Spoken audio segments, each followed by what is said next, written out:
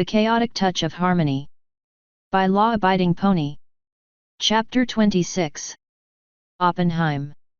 The 4 ponies that composed the royal herd entered the hotel suite and dropped their bags off at the door. It wasn't a very luxurious place, and the solid 3-star ratings were fairly accurate. Even so, it was a welcome change to the equines. Crimson was giddy about everything that had happened ever since entering the airport.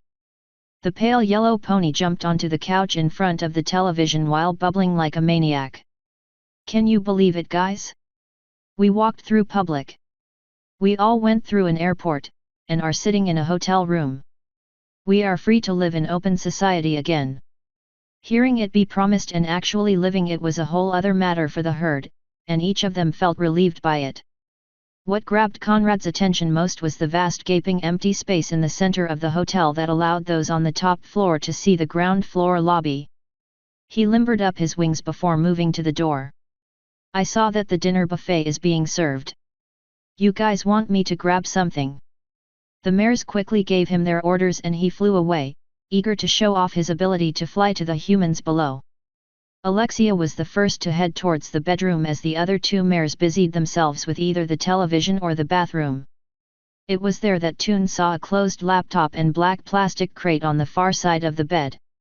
The alicorn eyed it with suspicion and opened the computer to reveal a login screen. A scanning laser shot out from the sides of the monitor and danced over the alicorn's body before disappearing. The screen went white for a few seconds. Alexia had not been told to expect a laptop and was dubious of it. "Crimson, Loki! Get in here!" The other mares joined her in time to see a familiar face pop onto the screen. "Ah, Special Agent Toon. Glad to see you arrived without incident." Alexia sighed in relief that it wasn't anything malicious. Toon walked over to the computer so she could speak into the built-in microphone. "Agent Jackson. I haven't seen you in a while." The man on screen was rather pleased with himself. "It has. I'm afraid with Thompson overseeing recruitment and assessments, you're stuck with me." He knew the ponies responded better to a lighter relationship and kept his tone friendly. "I gathered from your reports that you've been extremely busy." His brow furrowed and leaned forward to get a closer look at her. Did you grow wings?" The 2 Earth mares snickered at Alexia's discomfort. "It's a long story, but yes. I take it you're the mission commander," Toon asked to drive the topic away from her. Jackson took a sip of water before continuing. "I am. The crate by the window has all of the necessary equipment you'll need, along with your badges and ID cards. It will only open with either the correct 20-digit code or your specific facial pattern, Agent Toon. Go ahead. Shazam! We got the good stuff here." Alexia and Crimson looked away from the computer to see Loki digging around in the crate while tossing 2 objects at her mates. "These are yours." Both landed in front of the computer, and in Jackson's field of view. The 2 mares reached over and picked them up to find they were black wallets that held their respective CIA badges and identification. Jackson was not sure as to what just happened. "Did you unlock the crate before opening the computer?" Toon shook her head. "No, I went straight for the laptop." Loki bounded over with her open badge balanced on top of her head. "I unlocked it." Jackson was dumbfounded. "But how?" "That lock was meant to resist any sort of tampering, save a strip of C4. The green mare gave an innocent shrug. "I entered the code." Everyone shared a bewildered glance between each other before Crimson voiced a question.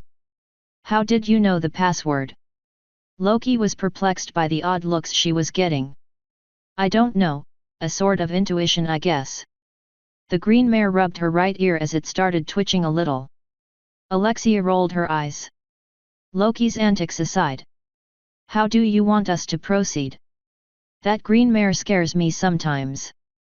Jackson straightened his tie while speaking. The good doctor called in the FBI to handle the situation, as he seemed to have no faith in the local authorities. "We pulled some strings, but we managed to convince the Bureau to hand the case over to us." So you're going in under the pretense of investigating the reported sabotage to his work. And our actual objective? Crimson inquired. We want access to the Granger branch's internal server room. Agent Loki is your resident computer expert, so she will be the one to accomplish that. Alexia and Crimson shared a confused glance before Toon faced the mission commander. We're the CIA, right? Can't we just get a warrant to search it? We already have a warrant for that and everything else, Jackson explained. However, we want to obtain this data discreetly. Realization dawned on Anderson. You want to leverage our invisibility to get in there? He nodded. Only Loki should do that. The rest of you will follow normal investigative procedures. I trust Director Thompson already briefed you on that.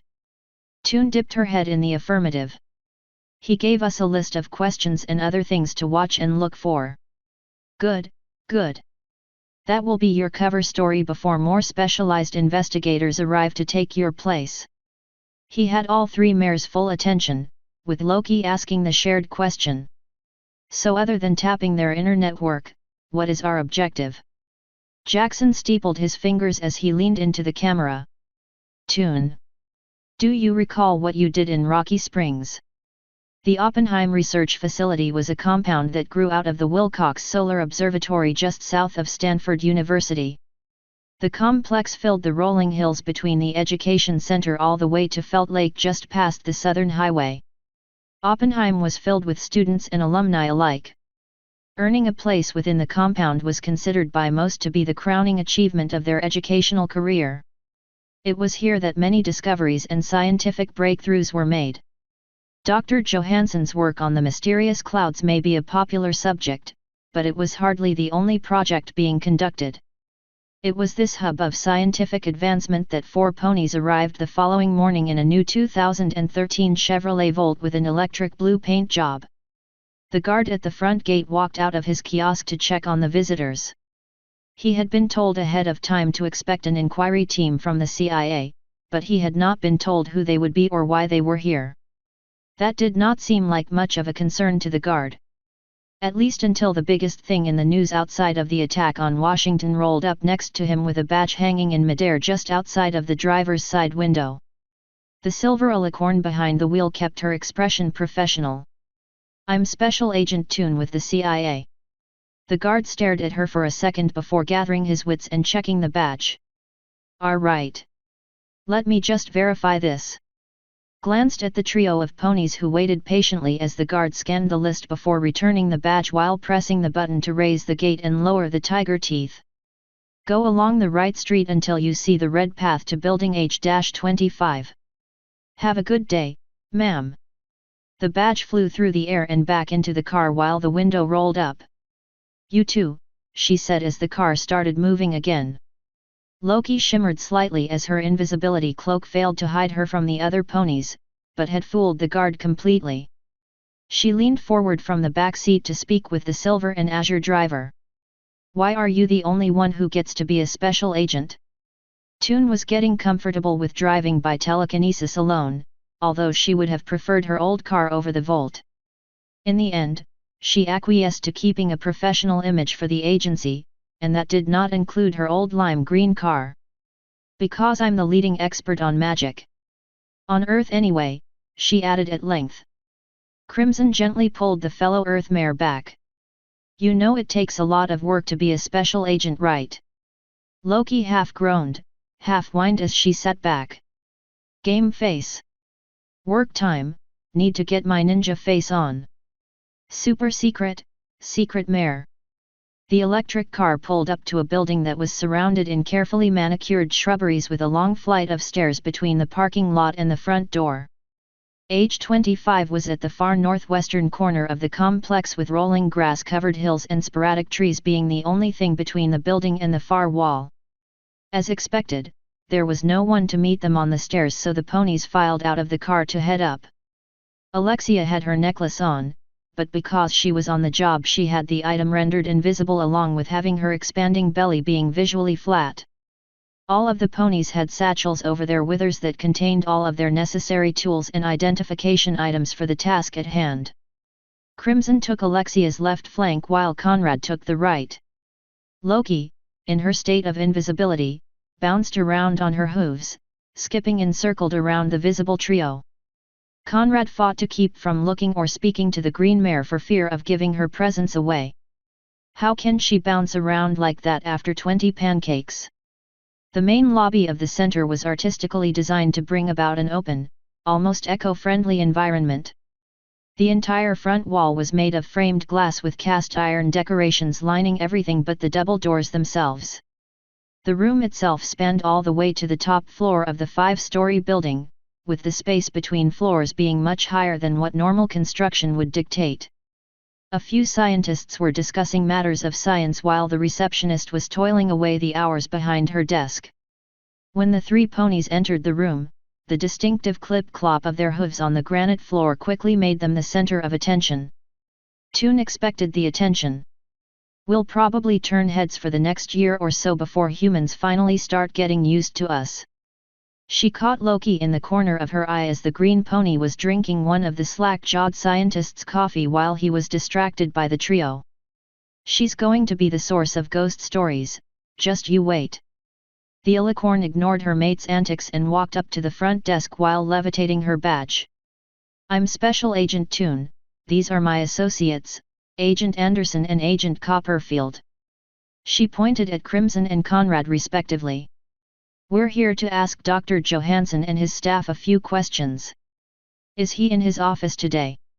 The Silver Mare knew exactly where he was thanks to the agency's observation teams, but felt it was polite to ask anyway. Alexia let the woman hold the badge and ID card in her hands for a few seconds for her brain to finally click into acknowledging that it was real. Oh yes, he's in today. You can find him at Laboratory 513. Should I let him know you're coming?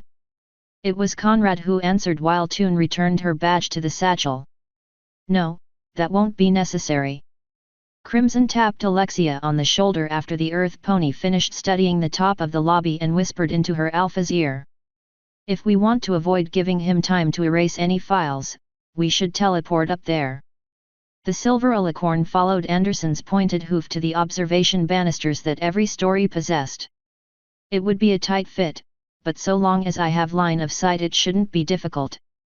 She nodded to the pale yellow pony and whistled lightly to get Loki's attention. Good call. Alexia turned back to the receptionist. Have a good day, ma'am.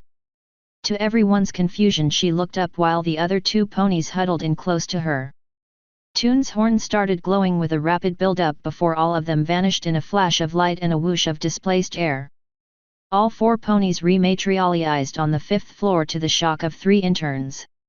2 of which fumbled their stacks of research notes all over the floor, but managed to remain standing. Loki immediately split off to do her part while Alexia approached the trio of humans. You mind pointing us to Laboratory 513? 5 doors on the left, the one who managed to hold onto his notes replied. Loki didn't catch any of the other bits of the short conversation as she scanned each door on her way down the rest of the floor. Command said the internal computer network is on this floor, and that the good doctor has full reign over it. The sign she saw marked the next room as a chemical storage lab. She passed it to keep looking. But I think it's time they got a new root admin. Dr. Johansson had just set the next round of tests on automatic. It would take 3 hours for the computers to run the biochemical analyze of the blood from one of the many incarcerated cloud victims held in a separate facility. He read the results of the previous tests on a computer screen before waving and clearing his throat to get his male assistant's attention. The 2 scientists were currently alone in the room. Whisker. You mind grabbing me a BLT on your way back from lunch? Whisker was worried for the doctor's health. You should really get out of the lab sometime. Why don't you join me while we wait for the results? I can't do that. I still need to go over the numbers from the 029 experiment. I need something solid to throw at the damned media. Plus I'm expecting some legal company to help investigate all of these damned incidences that seem to plague the lab. Whisker had been gathering up some paperwork to do while he had lunch when Johansson's last sentence made him hesitate. Legal help. A loud knock on the door halted the conversation, but caused Johansson to be elated. "Ah, I bet you that's them. No one ever knocks." He stayed in his computer chair and rolled past 3 tables full of testing equipment to hit the buzzer to admit entry. What the doctor expected to see was a cadre of intelligence operatives. His rather public persona and the nature of his work gave him the inclination that he could summon FBI when needed, provided he made sure the reason was a legitimate concern. Johansson got exactly what he asked for, but not exactly in the form he was expecting. Alexia, Conrad, and Crimson entered with purpose and moved towards the stunned humans. The alicorn withdrew the badge in her magic and flashed it when she got within speaking distance. "Dr. Johansson, I'm Special Agent Toon. These are my partners, Agent Copperfield and Anderson." Johansson recovered from his astonishment and shook her offered hoof. "I heard you ponies, I believe you're called." She nodded. "Had been welcomed by the government, but I must say I'm finding it difficult to believe 3 of you are already members of the CIA."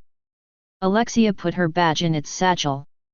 "If you're concerned as to whether or not we are a charity case, doctor, I can assure you, we are more than capable." Conrad feigned offense.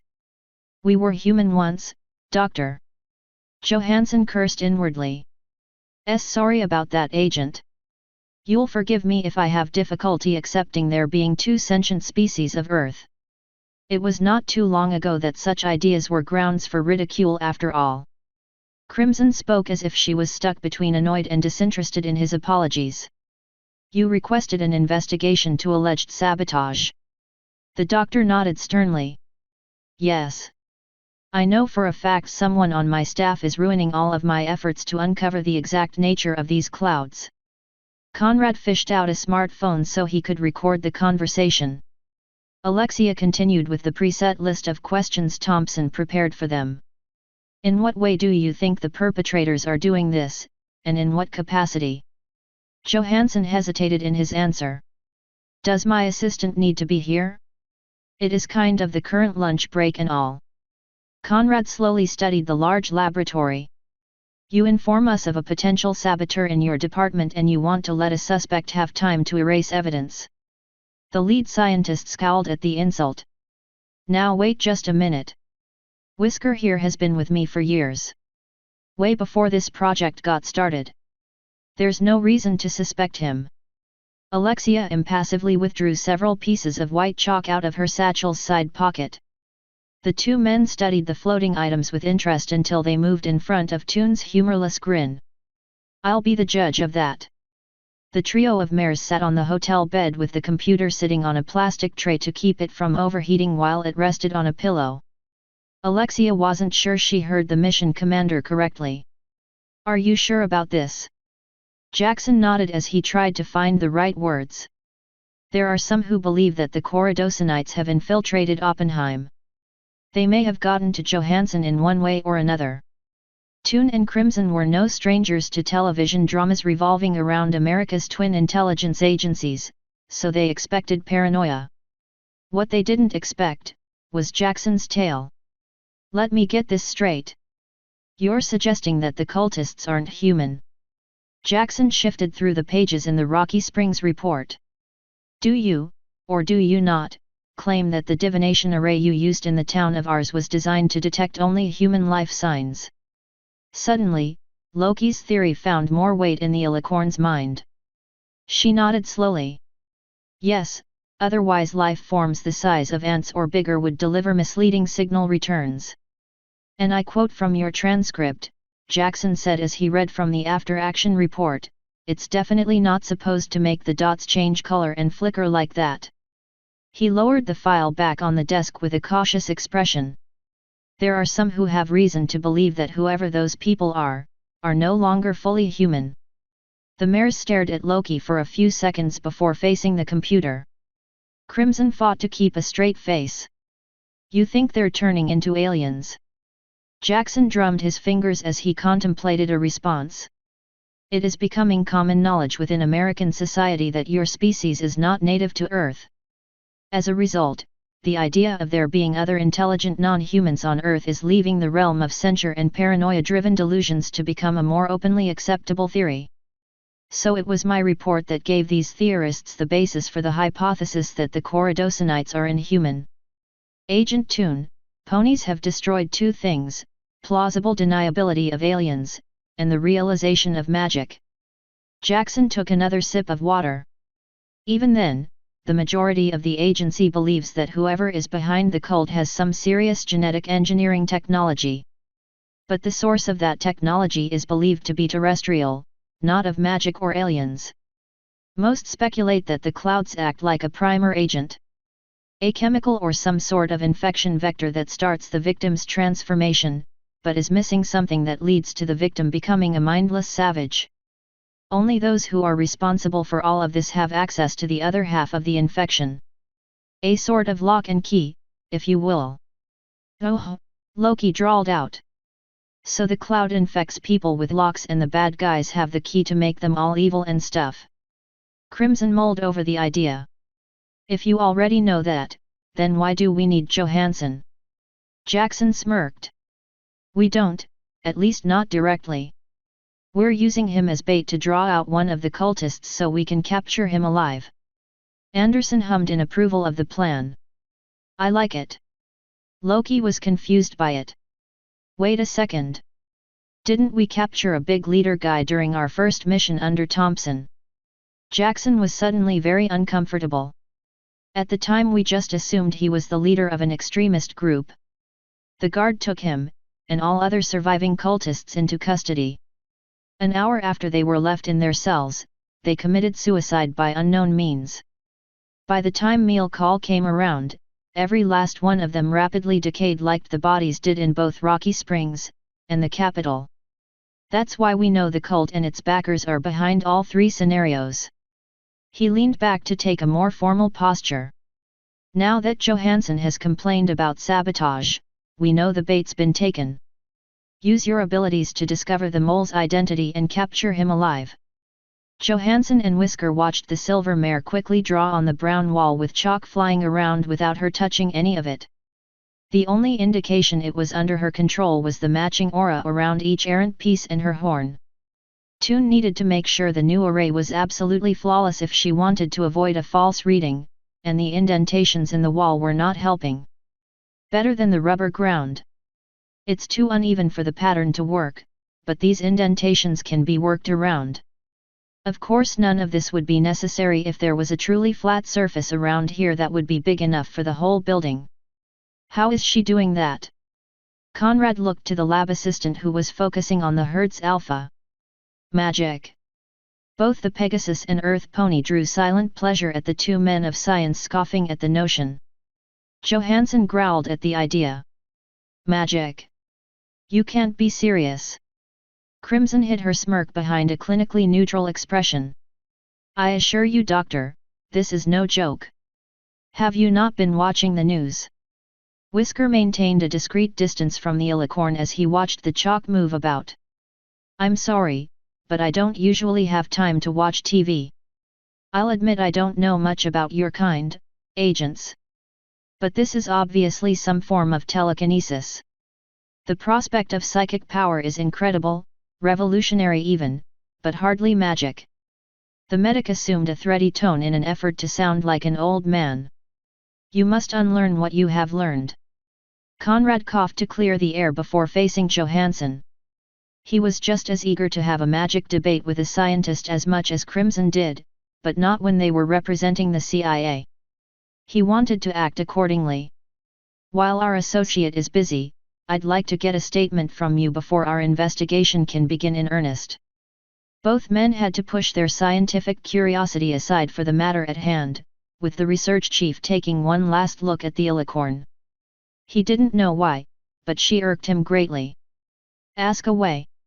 With the lunch crowd returning to their laboratories and offices, the hallway was crammed with people. Even with an invisibility cloak, a sane person would have waited in a corner for the throng of people to leave the hallway. Loki never honestly claimed to be sane. Were she to reflect on her current actions, she might even come to the conclusion that she was acting less so than normal. The green mare was bouncing and weaving through the crowd with the finesse of a dancer as she pressed on in the direction of the server room.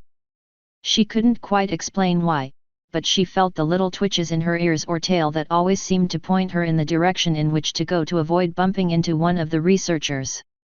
Unlike Crimson or Alexia, who might find them annoying or try to analyze it, Loki was more than happy to roll with the muscle ticks and passed by 40 people with only a slight breeze being the only sign of her passing. It's like I've got ESP or something. That's awesome. I wonder if it's some long-lost Earth pony magic art.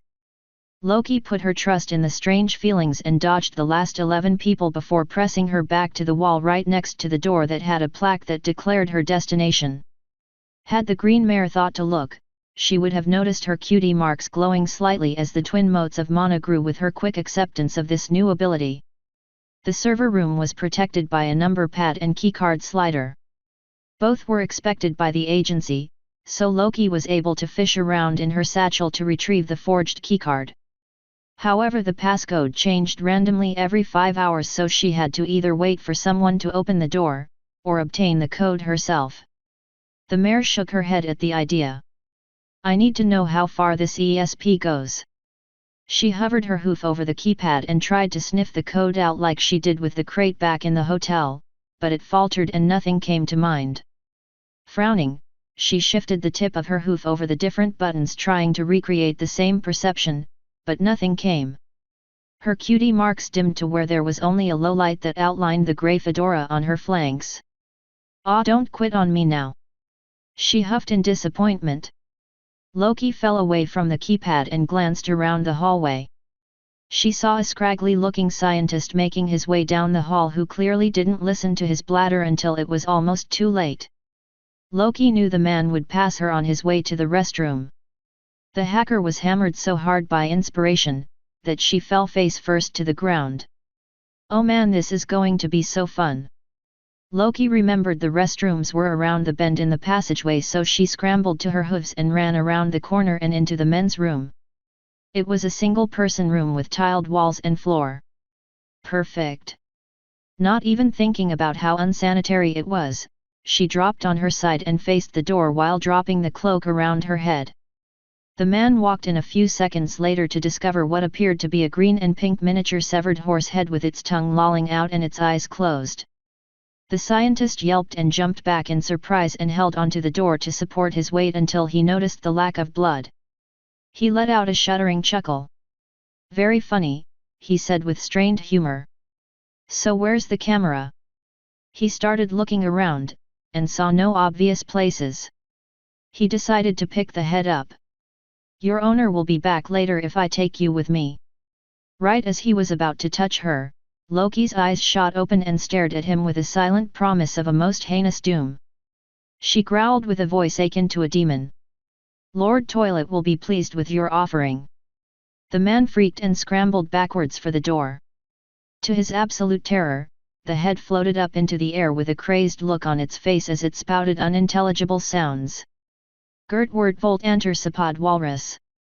That was all it took to break the man, and he bolted out of the room and ran away. Loki returned the cloak over her head and ran over to a remote corner of the hallway so she could try to contain her nasally snickering from erupting into full-blown laughter. The prankster sat back in the corner to watch as her victim pulled several other people, including a security guard, to the bathroom. Loki pushed both hooves in her mouth to keep from howling with laughter at the man's fluster in his attempt to prove he wasn't suffering from being overworked. A random impulse made her run over behind the guard and drop her head's cloak again and tapped the man on his thigh. He turned around to see the head jump up to be momentarily eye level with him as the head screamed at him. "Booga booga booga." A brief moment of sanity made the green mare realize what the guard's first reaction would be and recloaked while ducking to the side to avoid the man's quick draw of his firearm and almost shot at the space she had just occupied. "Okay, maybe I went a little overboard with that one." "What the hell was that?" the guard shouted while pointing his weapon in different directions to try and find the target. "See? I told you I wasn't hallucinating," yelled the original victim as he cast scornful glares at his colleagues. The security guard was slow to lower his weapon. "I'm going to call this in." Get a crew up here and find out what's going on. Loki racked her brain for a quick solution. I got it. She dropped the cloak around her head again and walked up to the men before the guard could activate his radio. Greetings, fellow men of science. I hope you were not too disturbed by our test. The group of 4 people backed away from the floating head. The original victim was appalled. Test? Bernstrom, if you are responsible for this, I swear you'll pay. Loki spied the man's ID tag. Now Vladdy. There's no need to get your knickers in a bunch. Besides, Bernstrom couldn't handle a holographic speaker module if it came with a dummy's guide. The guard repressed a chuckle. This is against center codes of conduct. Play your practical jokes when I'm not on the clock, okay? Not a problem, my good man. Loki's head vanished from sight. The other researchers laughed at the victim's expense while Loki backed away from them. She felt her ear twitch towards the server room. It's Bayayok.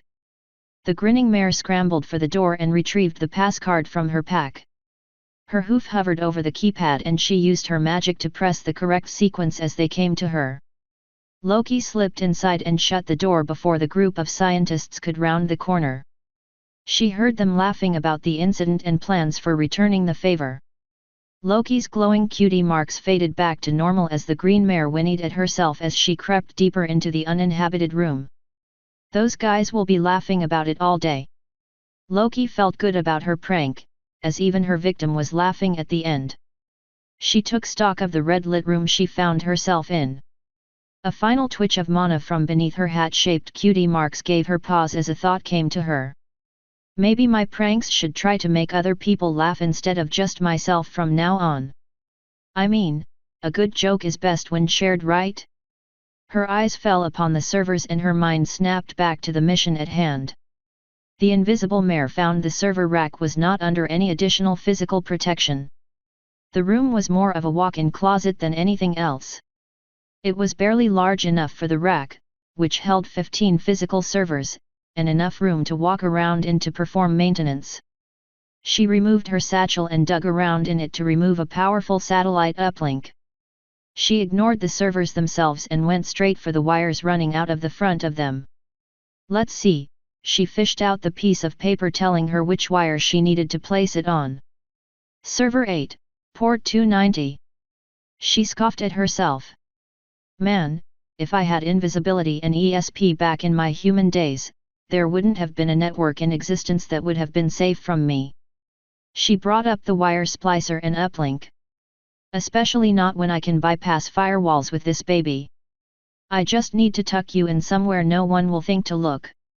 Alexia's chalk tapped the last line of the array. There, that should do it. She glanced at her 2 mates. Conrad was using his authoritative muscle to keep the doctor from logging a complaint that he felt like he was being interrogated, while Crimson was having a more civil conversation with Whisker. Better help Conrad out and get this underway. Toon thought to herself before pressing a hoof to the diagram and activating it. Both humans had been casting curious eyes at the alicorn and ignored their conversations with the other 2 ponies when the diagram on the wall lit up with a bright azure. Alexia was unaware of the shift in attention as her perception of the world around her moved to encompass the building and 30 feet from the farthest ground floor wall. Well over 200 human-shaped beacons of golden light moved around the facility.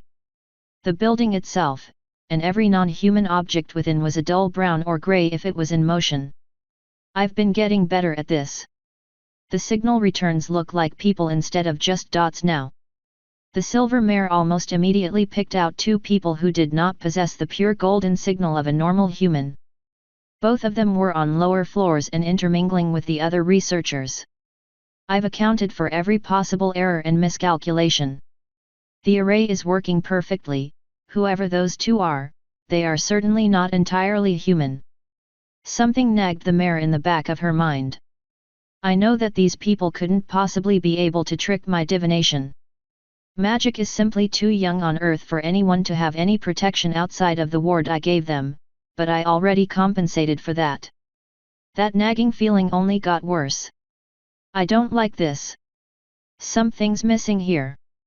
Whisker eyed the glowing diagram with careful curiosity. What exactly is she doing?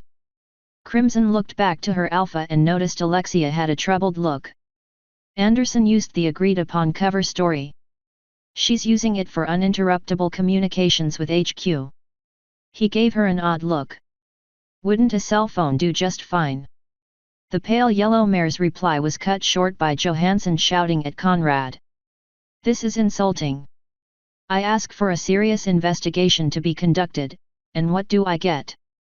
A gaggle of horses who ask me inane questions that any brain-dead rookie cop could give. Conrad repressed a strong desire to slug the man. Doctor, I am just following procedure. I'm going to have to ask you to calm down. Before I do something we'll both regret. Johansson waved his arms about to display his disgust. Outrageous. I'm not listening to another word. I want you out of my building. I am contacting the FBI and this time they better not hand it off to a bunch of disgraceful horses trying to play spy. I bet those badges are fake too. I'm calling the police. The brown Pegasus had to force himself not to give in to the temptation to beat the man senseless. Give me a terrorist with a gun any day. At least then I don't have to worry about legal issues for killing him. As Conrad tried to regain control over the enraged scientist, Alexia finally realized what was nagging her. There's only one human signal in this room. The shock of the revelation made her break contact with the array. Whisker noted the alicorn's reaction, but didn't know what to make of it. Toon cleared her thoughts and turned to the men. Gentlemen, she yelled to impose her will on the enraged researcher, I'm afraid I need both of you to come with us to the local police station. My superiors wish to ask you some questions. Johansson was only too delighted. Good. Maybe then I can talk to someone with a modicum of competence. Whisker was more civil about it. If that's what you need of us, Agent. I'd rather not have obstruction of justice on my record. Glad to have your cooperation, Toon began before addressing her mates, please escort them to the lobby. I have other matters to tend to. As he was being led away, Whisker's brow furrowed when he saw Alexia pull a smartphone and several moist towelettes out of her satchel. Toon pressed the speed dial as soon as the door closed behind Crimson. She walked over to the array to erase it with the towelettes. Jackson answered after 3 rings with an expectant tone. You have an update for me, Agent Toon? I do. The array discovered there are 2 people in the building who do not have fully human life signs, and a third who doesn't register on the array at all. Jackson's confusion and desire for haste was evident in his voice. I'm calling in the backup team to link up with you. They're about 10 minutes away, but I need to know. If that third person didn't register, then how did you know he was there? Alexia's fear for her mates was starting to creep into her voice. Because I was in the same room as him. Does he suspect your intent? I don't think so. Then gather up the other 2 targets along with 10 other employees so you can avoid suspicion. Make it seem random. On it. Alexia hung up and put the phone away. 5 minutes later, Crimson was keeping an eye on the 2 scientists in the lobby while Conrad and Alexia rounded up the other 12 researchers. Loki remained out of sight while lying on her back, batting the end of her tail every so often to keep herself occupied. She wasn't expecting anything dangerous out of a group of unarmed scientists. Even if she had been, Loki needed to remain passive or else her presence would be given away.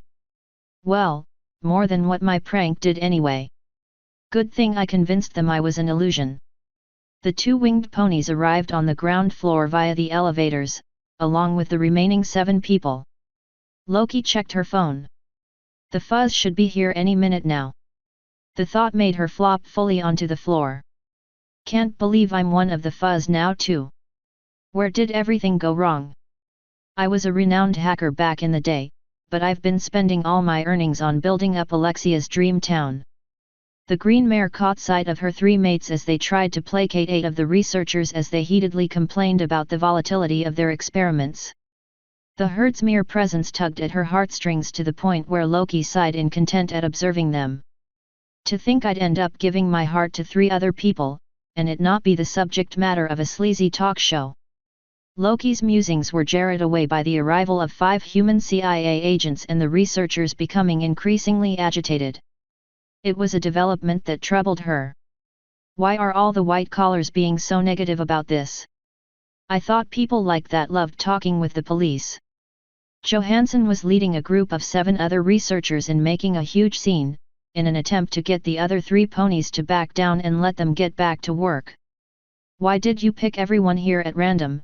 He said as the doctor swept his arms to encompass the other angry men and women who grumbled in approval of his argument. Alexia kept a hoof up in polite restraint as she caught the other agents moving in from the front door. This is not random. We have a reason to believe all of you are material witnesses in the string of sabotages.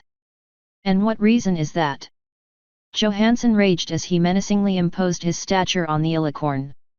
You come in here, ask stupid questions and draw on my wall. Conrad took to the air so he was eye level with the belligerent ringleader. His tone was both forceful and barely polite. You will maintain a professional distance, Doctor. I don't have to listen to you, horse. Johansson motioned to Whisker. We don't have time for this. Let's go everyone. We've got work to do. One of the human agents had finally gotten within speaking distance. I'm Special Agent Monahan. We need you and everyone else to come with us. On what grounds? One of the women shouted angrily. I've done nothing wrong. We aren't saying you did, Alexia replied evenly. But we need to investigate the cause of the sabotage, and we need to do that down at the station. None of the 8 scientists seemed to back down in the face of 3 ponies and 5 human CIA agents. Crimson felt something wasn't right about their behavior as the 2 groups postured against one another. Why are they acting too irrational? Monahan rested his hand on his holstered pistol. You have been asked politely by both myself and Agent Toon. We have a warrant and we are taking this investigation very seriously. I would prefer not having to press charges of obstruction of justice. The researchers were still belligerent, but backed down in the face of possible arrest. The other agents escorted the scientists to the front door while Monahan hung back to speak with Alexia. His tone was flat, but carried enough humor to rob his words of any sting. Just what did you say to them to get them all pissy? Toon kept a close eye on the civilians while the herd crowded behind her. I suspect the cultists might have something to do with that. Especially the one who didn't register on the scanner at all, Assistant Whisker. The man in question possessed hearing as sharp as the ponies themselves and halted in his tracks. The equines took notice of his hesitation. In an instant, Whisker's fist shot out like a bullet and planted itself into the agent to his left and threw him 10 feet into the air while back kicking the agent to his right. Both impacts were enough to crack bone and leave them incapacitated. The CIA drew their firearms and backed off to get out of melee range. Get on the ground now. The throng of scientists didn't listen and seemed to encircle Whisker while trying to bull rush the 3 agents between them and the door. The CIA fired on them without any further warning, and hit 4 of the researchers in the arms and legs, dropping them to the floor, wounded but alive. Whisker ignored it all and bolted through the door and out to the north side of the building at a speed seemingly impossible for a normal man. The agents fired, but no shots connected. Conrad and the 2 Earth mares chased after him, with the mares deftly leaping around the wounded civilians as the rest of the CIA agents restraining those still standing. Alexia pulled the lead agent aside to speak quickly while pointing at a man and a woman in the fighting crowd. Howard and Viand are the ones who showed anomalous signals in the scanner. We'll chase down Whisker. The man nodded, eager to help his subordinates. Take him alive if possible. We'll try. Alexia's horn lit up and she blinked outside on the top of the steps to see Conrad pass through the northern trees. She didn't trust a full-on gallop with her freshly healed leg just yet, and flying was out of the question. When in doubt, teleport out. Whisker was fast, faster than any biped had any right to be as he tore down the lightly forested rolling grass hills. Yet that enhanced speed was not enough to outrun the 3 ponies hot on his trail. He jumped over a small crevasse in the ground. He didn't need to turn his head to hear a single set of thundering hooves and the rustle of feathers on the air behind him. A strange chime sound, coupled with a slight rush of displaced air and a flash of azure light, heralded the sudden appearance of the silver alicorn 25 feet in front of him. She readied a second spell to stop him while Whisker didn't deviate from his path. Toon waited for him to get within 7 feet before erecting a physical barrier between them, hoping he would smack into it. Instead, he reacted instantly and vaulted over the 6-foot shield and attempted to plant both falling feet onto the surprised mare. He would have flattened her, had Alexia not reflexively blinked 5 feet to the right. Instead of continuing his flight, Whisker pivoted on 1 foot and charged the alicorn. Incoming! Loki's disembodied voice yelled out as the invisible mare collided with the errant scientist. Both combatants wrestled with each other as they rolled away from Alexia. Loki got in several good punches on the man's face and chest, but none of them seemed to do anything more than annoy him. Whisker managed to get his legs under the invisible pony and launched her off of him before trying to scramble to his feet. Crimson and Conrad tackled him as soon as Loki wailed her frustration through the air. Alexia moved in with a sleep spell at the ready. Keep him down. What do you think we're trying to do? Conrad growled more at Whisker than Toon. The alicorn started channeling the spell, but Whisker was far more resistant to its effects than she anticipated. Whisker yelled a wordless cry of rage and threw Conrad off, and the Pegasus was sent rolling away a few feet. Crimson was pinning the thrashing researcher's legs between her own. With his arms free, Whisker grabbed Anderson's neck at the base of her jaw with his right hand. The pale yellow mare feared he was going to try and choke her, but his grip was only strong enough to keep her from breaking free. Her eyes dilated to the size of dinner plates as an 8-inch spike of bone quickly slitted its way out of his left arm. You should have left well enough alone. Conrad returned a moment later to kick the blade arm away. Yet it was not fast enough to stop Whisker from nearly impaling the struggling mare, who received a long gash across the length of her muzzle and left cheek. Between Conrad's intervention and Crimson's earth pony strength, she was able to pry herself free. By the time Loki returned to grapple the man's spike arm, the other 2 ponies had effectively stalled the researcher long enough for the spell to take hold, and Whisker slumped to the ground unconscious. Anderson let go of the man's legs and pressed her right fetlock to her cut face. Alexia ran over to check on the injury. Crimmy, are you okay? Both of the other mares inspected the bleeding wound while Conrad hovered over Whisker to keep an eye on him. Anderson hissed in pain. I got worse from that job in London, I'll be fine. Toon grabbed some bandages and disinfectant from Crimson's satchel and gave them to Loki, who had some training in applying both items. Even so, I'd like to get this checked out. There's no telling what else that guy might have besides a built-in spear. Conrad tapped the man on his face to make sure he was out cold. Looks like you're coming home with us. He fished out his cell phone and called Jackson while the mares fussed over Crimson. The Pegasus didn't have to wait long before the call was answered. Boss. We bagged Whisker. Excellent news, Agent Toon. Stay on the line, we have a chopper in the air and we'll track your location to send it over. Conrad still didn't like his official last name being Toon. It wasn't out of disrespect or distaste for the name, but more that it was forced on him. Well, I can always go to a judge and have it changed to something else. It's not like it's irreversible. 10-4. The next 7 minutes of waiting for the helicopter consisted of Alexia keeping the sleep spell active and everyone else assessed their injuries. Outside of Crimson's face, those injuries consisted of little more than bruises, minor lacerations, and pulled ligaments. The royal herd was ordered to stay in the hotel for an additional 3 days, much to their chagrin, as they wanted to join the rest of their kind at the settlement. The delay was due to Crimson's injury, which had become a topic of interest in the agency outside of Thompson's Section 9. The medic knew it was more out of what was found in the wound, rather than any concern over her health, which was not in danger. Anderson grumbled to herself as she flipped the page of Wilder's notes on pony physiology. Her mind was only half focused on the text in front of her. Conrad and Alexia were on the roof of the hotel as the alicorn tried to get the hang of flying, while Loki was prowling the hotel in search of prank victims. The medic was laying on the lone king-sized bed with a half-eaten salad sitting next to her and 2 overturned empty plastic cups next to that. It was just past 1 o'clock in the afternoon, and the pale yellow mare's legs were fidgeting. It was a common problem with Earth ponies who became sedentary for too long, and that characterized the studying mare for the past few days after Whisker's capture. The other 2 things on her mind refused to be left alone as well. Anderson got exasperated with her continual failure in focusing on her books and climbed off the bed and walked over to the bathroom mirror. She traced a hoof over where the injury took place. Nothing's left of it. Not even a line in my fur. Can't believe how badly it hurt at the time. I still don't know why they keep holding us here until the labs satisfy their curiosity.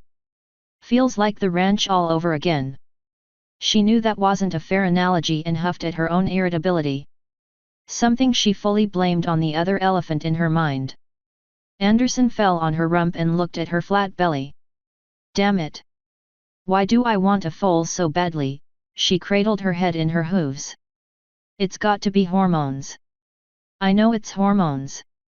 She slipped into analytical mode as she walked over to the living room. It makes sense really. Almost every woman, and I'm sure Mare too, goes through a time of wanting a kid. It's just nature's way of imposing the will to procreate. Hell, it could even be that I'm just not used to my body's hormones. I haven't been a mare for even half a year.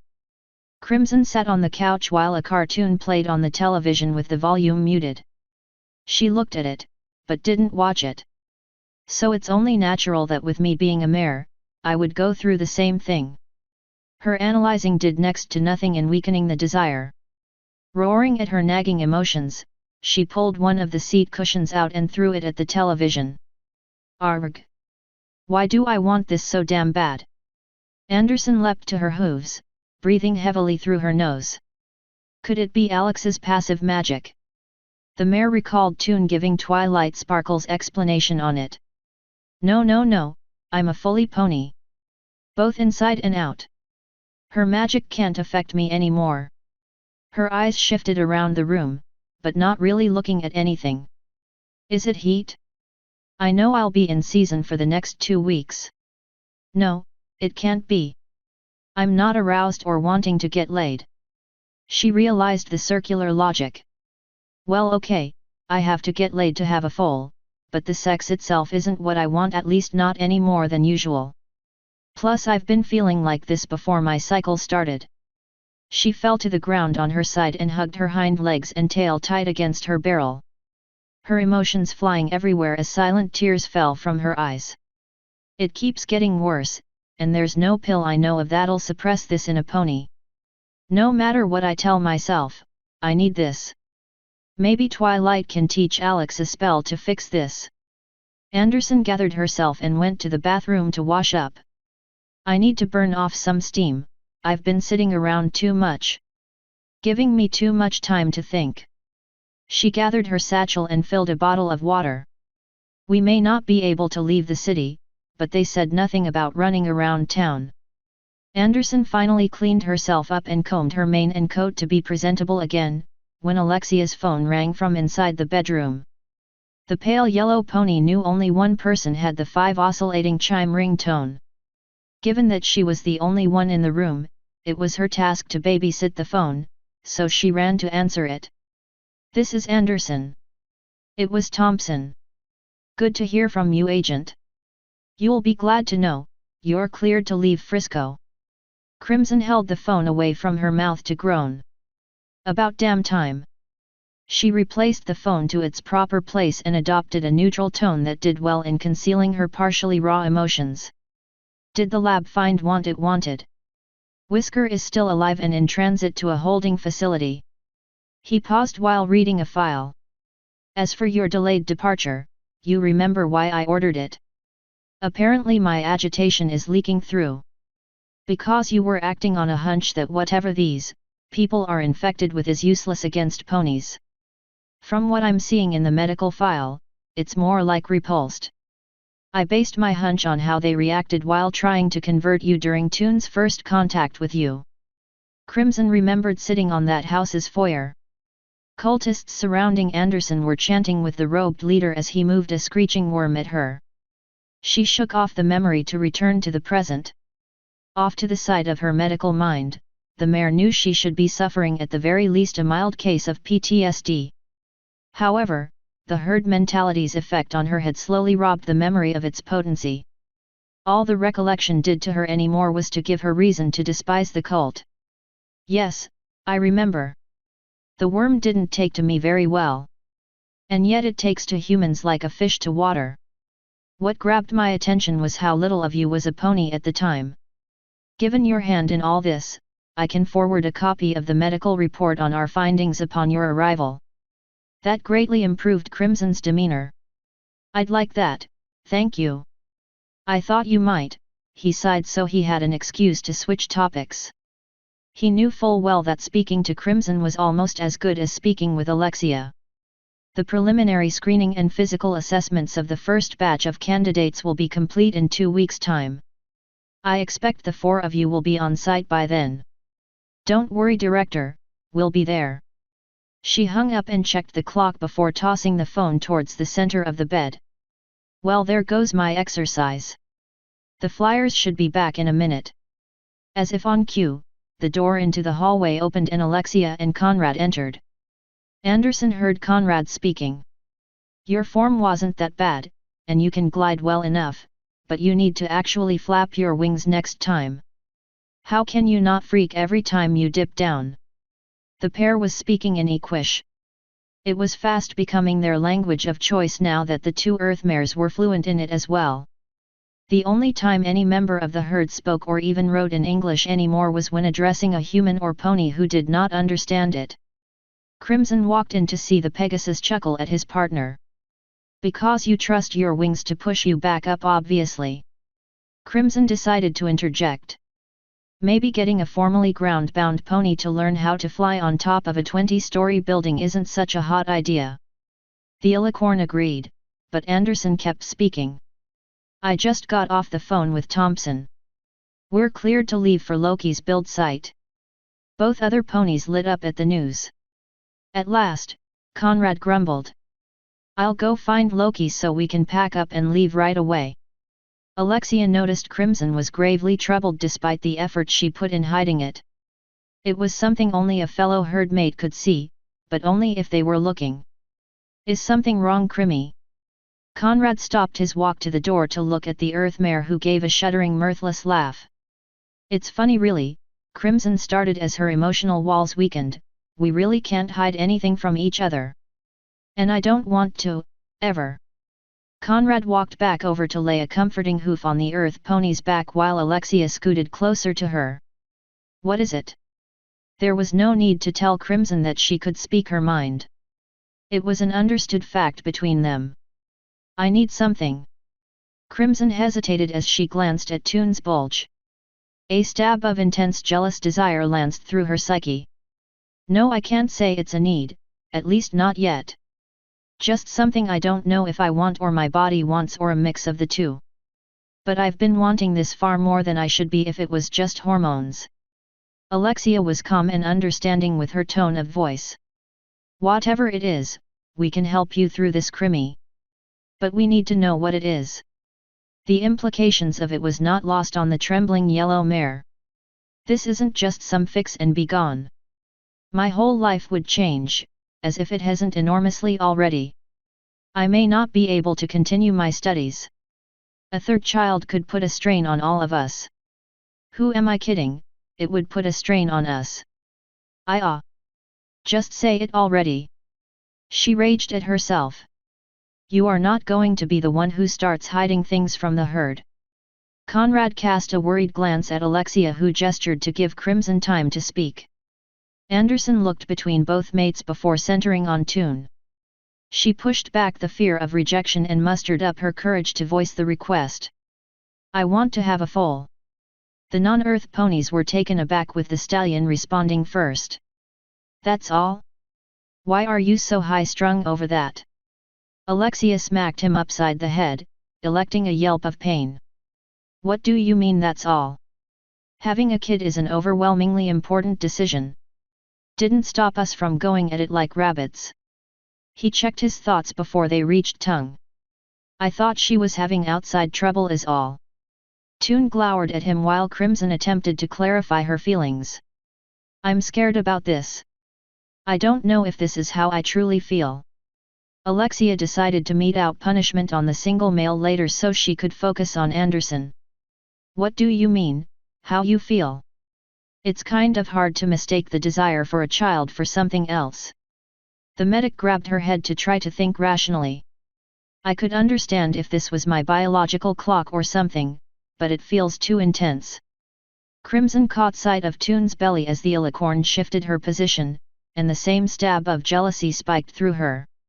Damn it! It's like something else is pushing me to want a foal. Alexia was highly concerned and summoned the tome and flipped it open. This might be a condition among ponies. The Dusk Guard page revealed itself, but the purple light was absent. It's no good. Twilight isn't available. Conrad pulled the distraught mare into a close hug while directing his attention to the book. Maybe some of the medical text Sparkle gave you will have the answer. Alexia switched the interface to that section. Not a bad idea. The mage levitated the tome to the center of the room and activated the archives. The whole room was filled, wall to wall, with shimmering text of multiple colors to indicate their subject matter. The Lavender Princess had been very thorough in the amount of text available to her prized student. Although, the former librarian had the tendency to add far more books than was practically needed. Those three ponies searched the expansive magical holographic display for 5 hours with no luck. Crimson felt emotionally raw but also that she was stabilized. The medic knew it was because most of the herd was present in the room. As long as she kept her eyes away from Alexia's belly, she could almost ignore the pounding impulse in her mind. Loki waltzed into the hotel room feeling rather good about herself. She pulled off 7 successful pranks and only 10 out of 30 people had swore vengeance on her. It's not an instant success, but I think it's a good start in broadening my audience. And saw the massive holographic display. Ooh!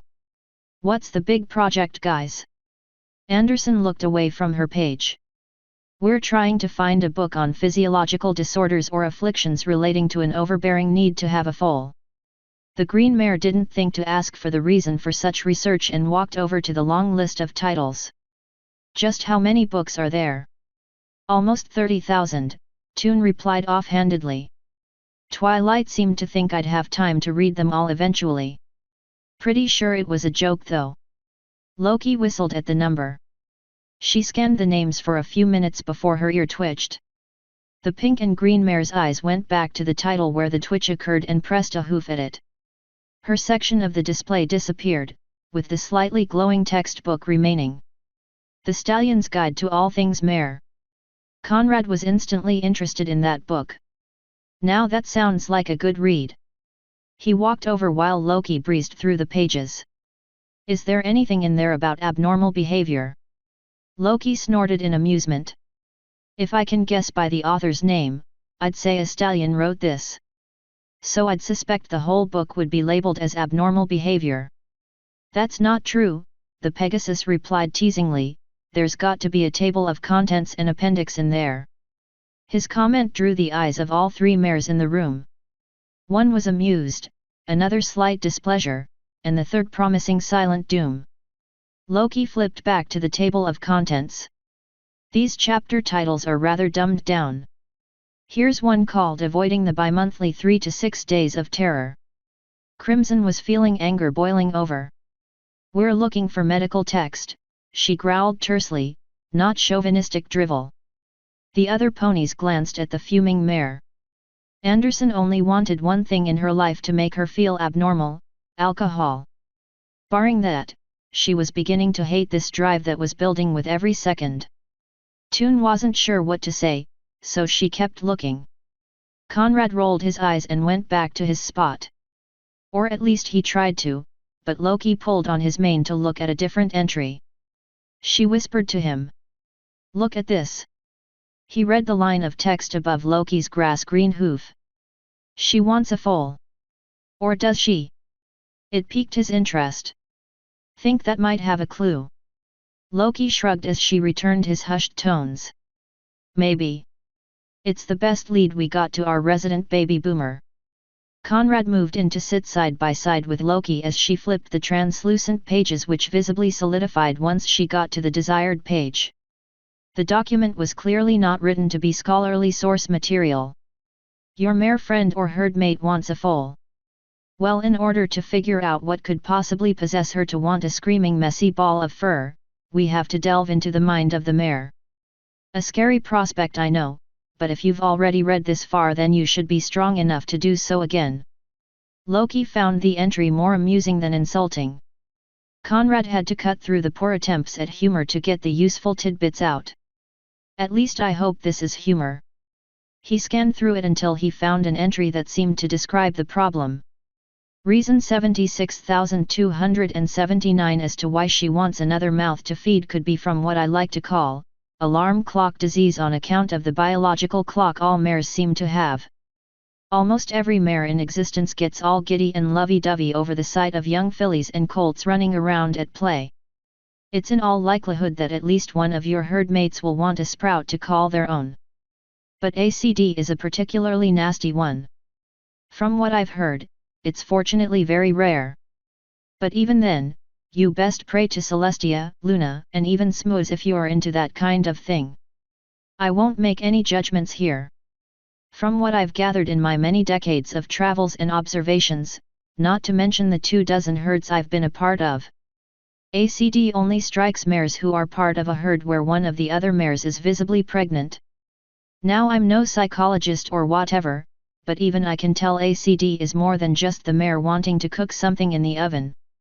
For whatever reason, the mare started to go nuts over the idea of getting pregnant. Unfortunately, this isn't like heat.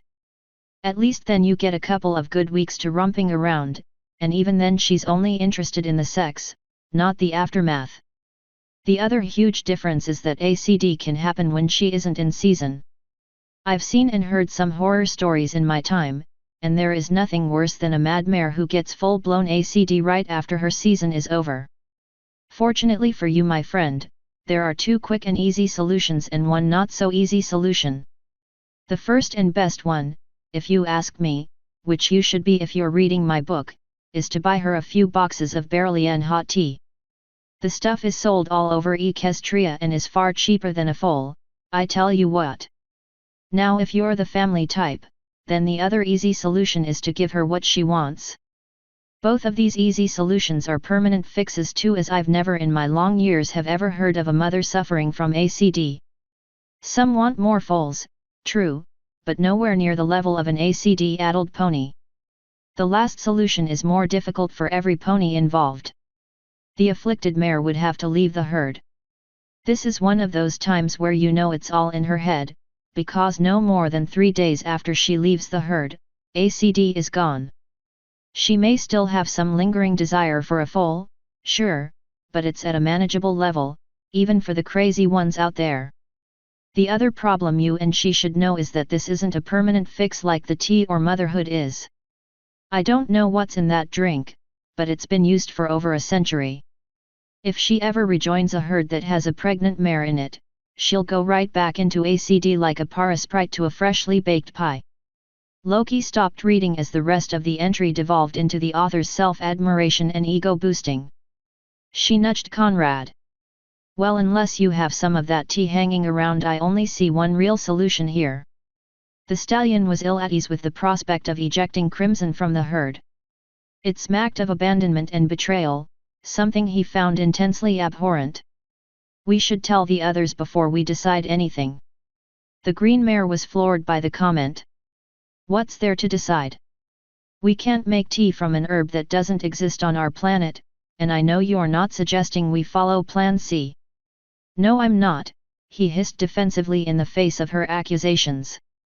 But they still need to know all of the facts. After hearing the filtered version of what the book's entry had to say, Crimson's mood was even more dismal. Is there no way to synthesize the tea? Now that we have the name, I'm sure one of the books has the chemical composition. Alexia was dubious at that. How many books out there readily display that kind of information? And even if we did find it, there's no guarantee that it could be synthesized. Conrad was in agreement. Assuming it could be in the first place. Plus that kind of work would take months if not years. Anderson was petrified of Plan C and visibly shuddered at the thought of it. I can't leave the herd. It would break me, I just know it. Crimson knew all the good that the herd mentality offered her. It was the only thing keeping her from having an emotional breakdown. She feared that if she left the herd in the state that she was in, that she might become suicidal before the effects of ACD started to fade. Deep down, she knew of one thing with absolute certainty. I'm too emotionally dependent on the herd to ever leave. She idly rubbed her mane where the 3 stripes of foreign color were placed. Every time she looked in a mirror, those 3 stripes met her eyes. They meant more to her than anything. But that would mean imposing a 3rd child on them. We all knew Alex was pregnant before forming the herd, so we all accepted that. The other members of the herd hugged the pale yellow mare. Crimson sniffled as she spoke to Alexia. I don't know how much of me really wants a child and how much of it is the ACD. Her mates backed off to give her room, with Alexia staying close. Anderson hated the cowardice of her next statement. You are our alpha, Alexia. I can't ask this of you, but I'll abide by whatever you decide. Toon thought the answer would have come instantly, but Crimson's reminder of Toon's position within the herd reminded the Alicorn of her duty. There's no way I can promise it will all work perfectly if we have another foal. We may be moving on to be instructors, but there's no guarantee that we won't be reassigned to more dangerous work later. She paused to think. A memory surfaced, causing the Alicorn's features to harden. The 4 of us made a pact on the day Conrad got his cutie mark. Do you remember what it was? Conrad grinned fiercely. I most certainly do. No matter what comes. The 4 of us will stand united, he quoted with resolute conviction. Loki jumped in with a jovial smile. Now and forever. Toon pulled Crimson up to her hooves, a loving smile on her face. We act as one. With shuddering breath and streaming tears, Anderson buried her face into the silver mare's neck. Her voice was cracked with emotion. Because we are one, she said, finishing the pact. Alexia squeezed the sobbing mare, pouring her love into the act. The silver pony had a clear view of the azure, steel, and pink stripes in Crimson's mane. She rubbed the bands of color, feeling in her heart that losing any of them would be a crippling loss to all of them, herself included. We'll find a way to make this work. We would be broken without you. Toon encompassed the sobbing mare with her wings. Anderson was slow to calm down enough to speak again. Thank you, Alex. She sniffled. Thank you. Author's note. Got to give a big thanks for Quite Quiet for helping with editing. End author's note.